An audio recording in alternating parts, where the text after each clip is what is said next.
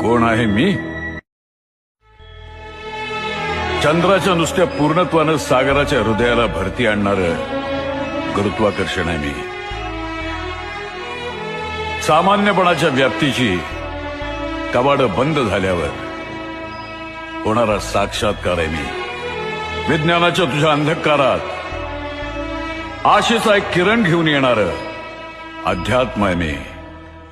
तुझं विज्ञान हे जग कसं निर्माण झालंय सांगत असेल तर माझं अध्यात्म हे विश्व का निर्माण झालं हे सांगतं.